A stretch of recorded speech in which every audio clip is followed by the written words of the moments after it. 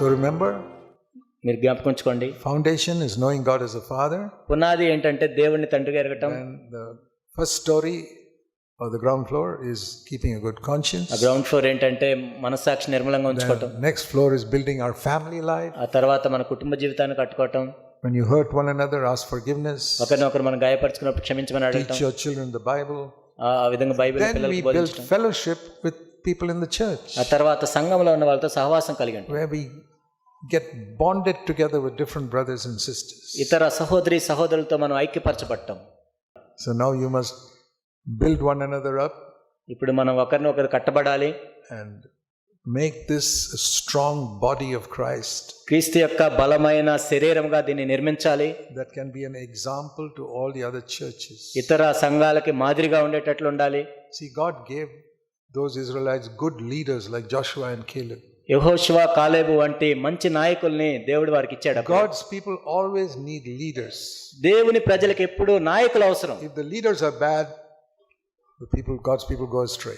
నాయకులే చెడ్డగా ఉంటే దేవుని ప్రజలు కూడా వాళ్ళు తప్పిపోతారు. So now God has given you some wonderful 4 leaders here. ఇప్పుడు దేవుడు మీకు అద్భుతంగా 4 మంచి నాయకుల్ని ఇచ్చాడు. I know 4 of them, they are really godly people. ఆ 4 నాకు తెలుసు, వాళ్ళు నిజంగా ఎంతో దైవభక్తి కలిగిన వాళ్ళు. Submit to them. వారికి మీరు సబ్మిట్ అవ్వండి. Obey them. వాళ్ళకి విధేయత చూపించండి. They are like your spiritual fathers. వాళ్ళు ఆత్మ సంబంధమైన తండ్రులుగా ఉన్నారు మీకు. They are not seeking their own.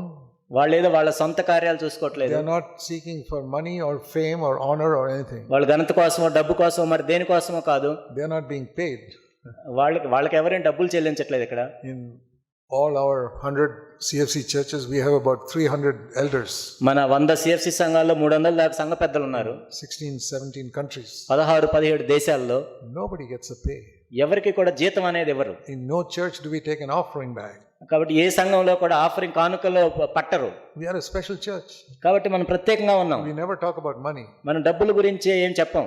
We talk about Jesus. మనం యేసు ప్రభు గురించే చెప్తాం. Because Jesus said money and God are opposites. ఎందుకంటే యేసు ప్రభువు చెప్పారు, మీరు దేవుణ్ణి సిరిని ప్రేమించలేరు. So we want to talk about God, and so we don't talk about money. మనం దేవుని గురించి చెప్తున్నాం కాబట్టి సిరి గురించి మాట్లాడాలి. But still God has provided enough money. అయినా కానీ దేవుడు మనకు కావాల్సినంత డబ్బుని ఇచ్చాడు.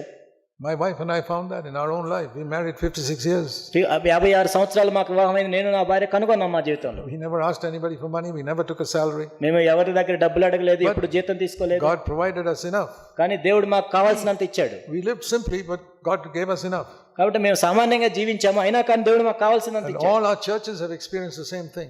మన సంఘాలన్నీ కూడా ఈ అనుభవించాయి. And I believe God has got a wonderful purpose for this church. కాబట్టి ఈ సంఘానికి కూడా ఈ సంఘం పట్ల దేవునికి ఎంత మంచి ఉద్దేశం ఉంది.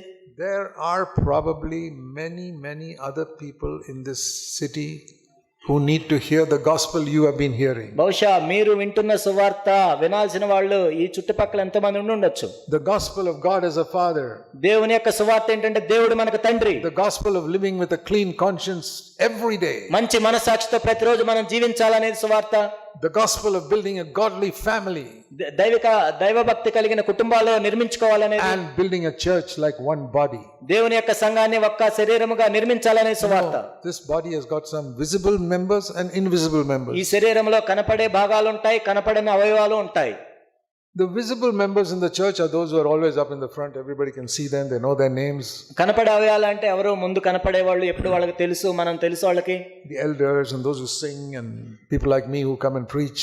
సంఘ పెద్దలు ఉంటారు, పాటలు పాడే ఉంటారు, నాలాంటి బోధించే వాళ్ళు ఉంటారు. Those are visible members. వీళ్ళందరూ కనపడే భాగాలు. Like the tongue, నాలుక, eyes, hands. కళ్ళు, చేతులు. Those are the visible members of the body. ఇవన్నీ శరీరంలో కనపడే భాగాలు. But there are some invisible members in your body. కానీ నీ శరీరంలో చూస్తే కనపడిన అవయవాలు ఉంటాయి. The heart, హృదయం, liver, kidney, and many other internal organs. లోపల అంతరంగంలో ఉండే అవయవాలు చాలా ఉంటాయి. Tell me, which is more important? మీరు చెప్పండి, ఏది ప్రాముఖ్యమైనది?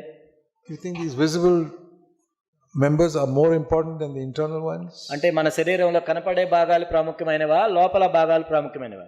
You never see those internal ones. ఆ లోపల ఉండే భాగాలను మనం చూడలేం. But if those internal ones stop working, కానీ ఆ లోపల ఉన్న అవయవాలు పనిచేయకపోతే all the visible members will also pack up. ఆ కనపడే భాగాలు కూడా ఏమీ పనిచేయవు.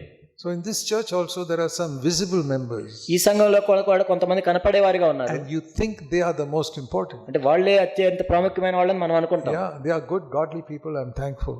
నేను వాళ్ళు దైవభక్తి కలిగిన వాళ్ళు, నేను అందుని బట్టి వందనాలు చెల్లిస్తున్నాను. Behind them are people who pray for them. కానీ దాని వెనుక వాళ్ళ గురించి ప్రార్థన చేస్తున్న వాళ్ళు ఉన్నారు. Nobody sees you. మిమ్మల్ని ఎవరు చూడరు. Quietly in your home you pray for the leaders of this church.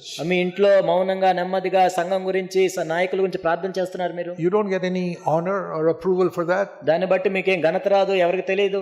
But one day God will say to you, well done. కానీ ఒకానొక రోజు దేవుడు మీతో చెప్తాడు, బలా నమ్మకమైన మంచి దాసుడు. Your sister, well done for doing that job faithfully. సహోదరి, నువ్వెంతో నమ్మకంగా చేశావు, నీకు వందనాలు. Come to receive your reward. కాబట్టి వచ్చి నీ ప్రతి బహుమానాన్ని అందుకో. And people wonder, who is this sister? We never saw her. ఎవరి సిస్టర్ నేను అసలు ఎప్పుడు చూడలేదు అనుకుంటాం. She was the one who was praying. Nobody knew about it. కానీ మీ గురించి ప్రార్థన చేసేది ఆ సహోదరి ఎవరికి తెలియదు. But when Jesus comes, Jesus will honor her. కానీ యేసు ప్రభు వచ్చినప్పుడు ఆ సహోదరిని దేవుడు గణపరుస్తాడు. I picture that sometimes about myself. కొన్నిసార్లు నా గురించి ఇలా The ఆలోచన. Bible says one day Jesus will come and give rewards to all his servants. Bible ఏం చెప్తుందంటే ఒకనొక యేసు ప్రభు వచ్చి అందరికీ బహుమానాలు ఇస్తాడు. One by one he'll call his servants. ఒక్కొక్కరిని పిలుస్తూ ఉంటాడు. And the time comes now, rewards for Zach Poonen. ఇప్పుడు జాక్ పూనెన్కి నేను ప్రతిఫలం ఇస్తాను. And there's a line of 9,000 people standing there. అక్కడ 9,000 మంది ఉన్నారు ఆ లైన్ లో. And I am 9,001 at the back. నేను 9,001వ వ్యక్తిని. And people wonder, what is this? Is this a reward for Zach Poonen or for somebody else? ఏం Jack పూనెన్ గారిని పిలిచారా, ఎవరన్నా పిలిచారా? The Lord says, no, this is a reward for Zach Poonen. లేదు, Jack పూనెన్కి ప్రతిఫలం ఇది.